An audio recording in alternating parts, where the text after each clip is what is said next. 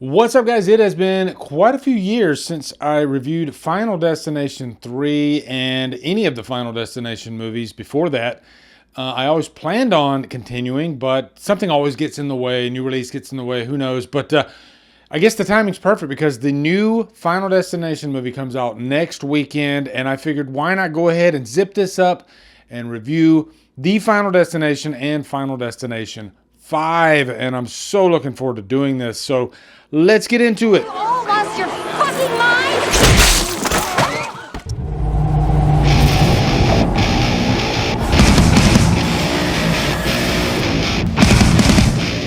The Final Destination stars Bobby Campo, Chantel Van Santen, Krista Allen, and is directed by David R. Ellis. What's up, guys? Welcome to another franchise catalog review. I really enjoy doing franchise catalog reviews. They're just so much more laid back and so much more fun. And today we're going to review The Final Destination. Funny thing, I always thought The Final Destination, because I don't constantly pay attention to these movies, would be part 5. And I thought this one was called Final Destination 4. And I saw, shout out to Braden Timmons, he posted The Final Destination was like, he didn't like it. Very, like, worst piece of crap. I don't know exactly what he said, but pretty much worst piece of crap. And for a second, I was like, he didn't like Final Destination 5? But yeah, sure enough, it was Final Destination 4, the Final Destination that he didn't like. I don't know how he feels about Final Destination 5. And I'm going to go ahead and tell you guys, that movie's a lot better than this movie. And some would consider this to be the worst in the Final Destination franchise, having not seen the new one that's coming out, of course. And they would be right. This one is definitely the worst in every single way. And you know what? It's still hella fun. That's the thing about Final Destination movies. I'm not saying that it's impossible for them to not be fun, but as long as you give some really fun and wacky, zany kills in there, it's one of the few franchises where you don't ask for much more than that. You know, you don't really need the best character development in these movies. Although that does help, of course. Don't get me wrong. I never would push aside great character development. But it's still possible for the movies to be fun if it's technically a bad movie. This is definitely a bad movie. It just so happens I have a blast with it. And I just gave it a fresh watch the other night. I gave it a fresh watch like a couple years ago because I planned on reviewing it, and then something got in the way and I didn't get to review it. But now we're finally doing this thing upright. We're finally going to review this, and I'm really excited. And there's a lot to talk about in this one for sure. So first off, let's start you off with a quick plot synopsis. Our main character, his name is Nick. He is the character that has the premonition. I think in every Final Destination movie, there's somebody that has a premonition. And they always start off with what could happen, and then everything zooms back into the person with the premonition's brain. And then they tell everybody, let's get the fuck out of here. Okay, we need to get the fuck out of here right now. All right, because bad shit is about to happen, and it does happen. And then the rest of the movie is them running from death. Death is chasing each one of them down one by one until it gets them. And there's always some sort of kink in the chain or some sort of ripple along the way. And they think that they beat death. But lo and behold, they didn't beat death, and it kills them in the end. Anyway, that's sort of a spoiler, but it's not, because they do this in every freaking movie. And I think the biggest crime of this movie, story-wise, is it doesn't really reinvent the wheel at all. It pretty much follows the same template and beat. It knows exactly what it is. And I think the reason it did that was because this was the first one, I believe, that was in 3D. And boy, did they take advantage of the 3D in this. I actually have a 3D TV just over in the next room, right over there. Still have it. I used to use it in my D-Watch videos, years ago when I first started my channel, and it used to be in the living room. There's a freaking unboxed video of that TV from 2011 that I did when I first bought it, and it's on my other secret channel, it's my personal channel, right? I don't advertise my personal channel at all. It's probably got like 3 subscribers. But yeah, that unboxed for that freaking 3D TV from 2011, it's on there. It's on YouTube. Funny little side note too. I'm looking at IMDb because I often do to look at the characters' names and whatnot. The funny thing is, Krista Allen, who is probably the biggest name in this movie, actually. Krista Allen. Her name, according to IMDb, is MILF. I'm sure she had a real name in the movie. I probably even jotted it down in my notes. That's just funny that IMDb calls her a MILF. So, backing up, the opening of this movie, the big opening set piece, because all these movies have to have a big opening set piece, like The Highway in Final Destination 2, which is probably the most well-known because of the log truck. Everybody talks about the log truck, and it is probably one of the most epic freaking opening sequences of all of these movies, and it's a tough one to top. This one's a pretty much stock by the numbers, but...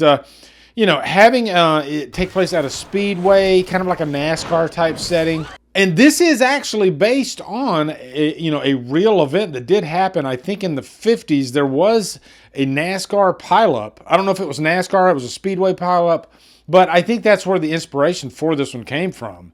This would be perfect for a Final Destination movie. Let's have a big NASCAR pileup, and then somebody having a premonition about it, and then they get out of there. And I love this opening scene. As soon as it happens, you see the oil dripping down, and then it starts the chain reaction. And then all of a sudden, you got tires flying into the stands, people's bodies getting obliterated. You get a ton of great kill sequences. Look, I'm not going to go through every person's kill. I'll definitely highlight a lot of them.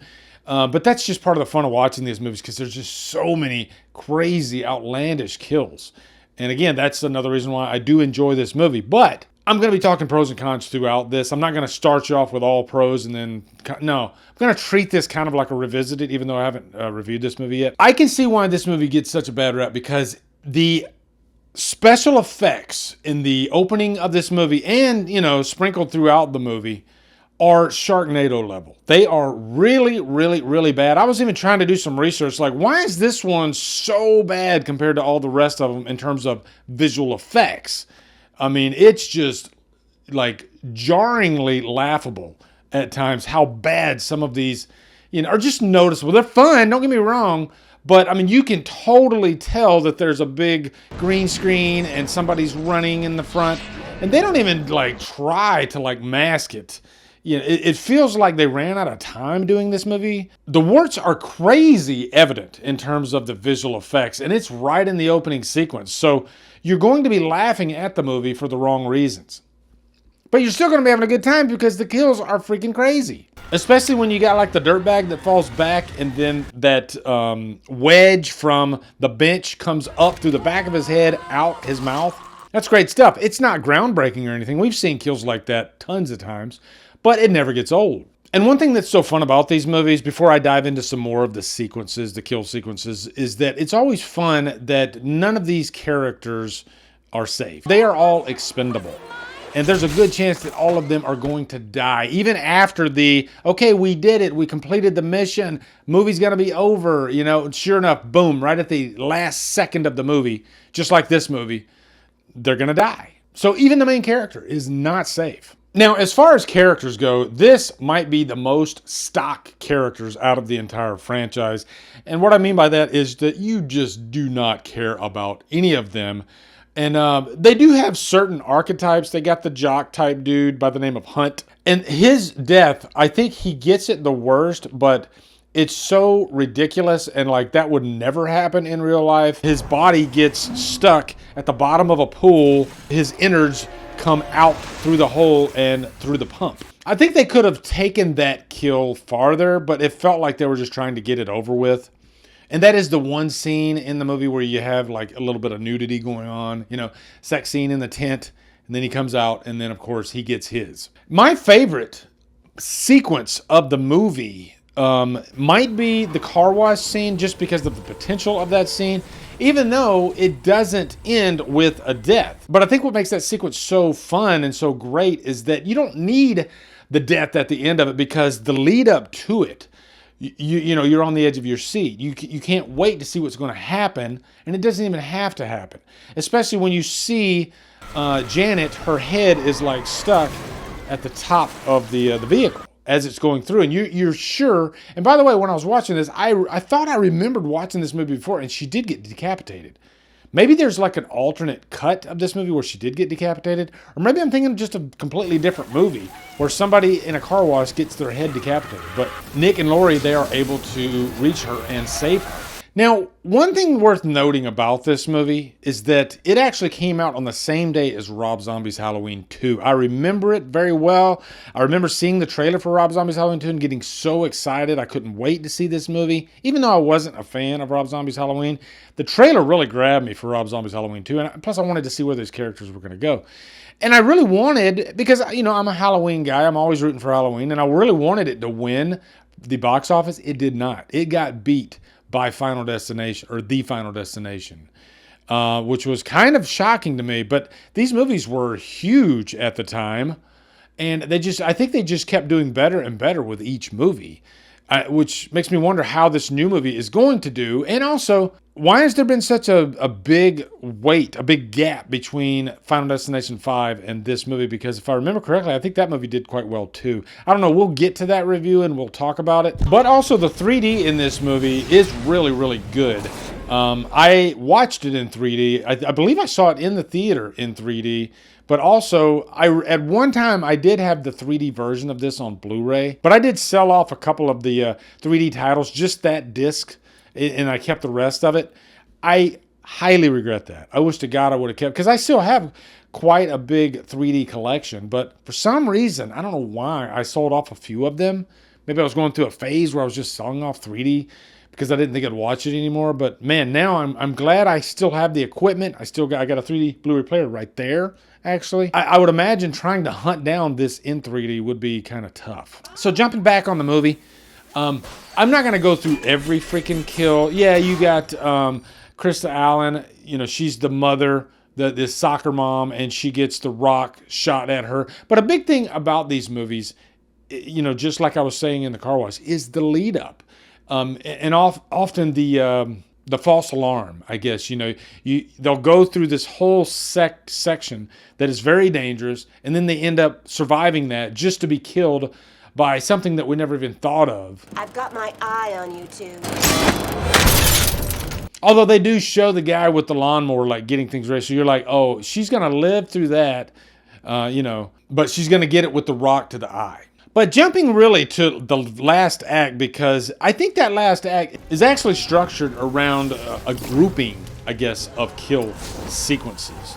And there's another premonition in the last act, because I hadn't seen this movie in a long time. So at first I thought that Laurie actually did die, and I loved her death. You know, the escalator. That you have to have an escalator kill if there's an escalator in a Final Destination movie.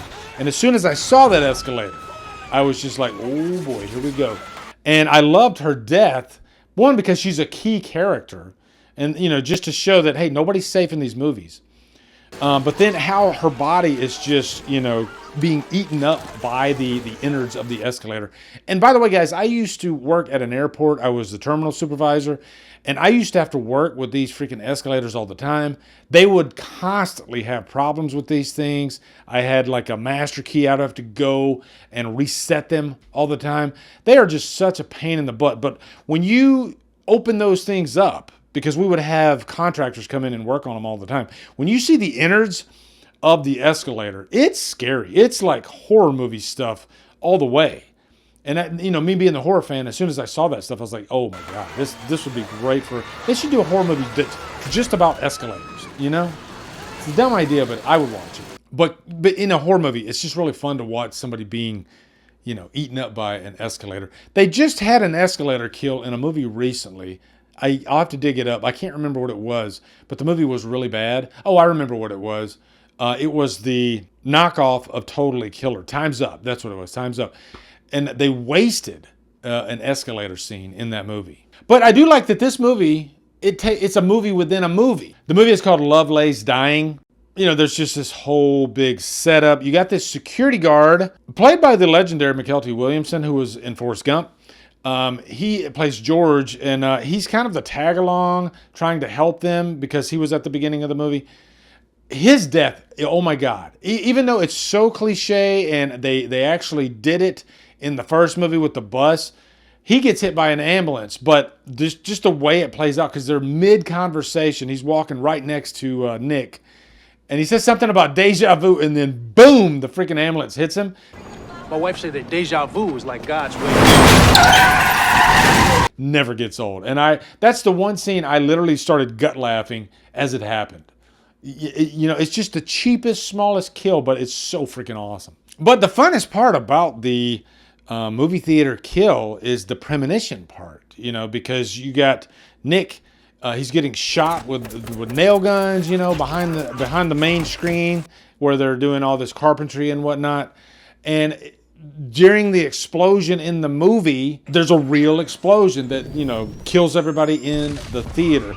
And that's another thing. I love movies that have a movie theater in them, kind of like Demons. It's just a fun setting, right? But yeah, guys, at the end of the day, it's a really fun one to talk about, The Final Destination. And I think it stands out a little bit because of how much of a dip in quality it is from the rest of the movies.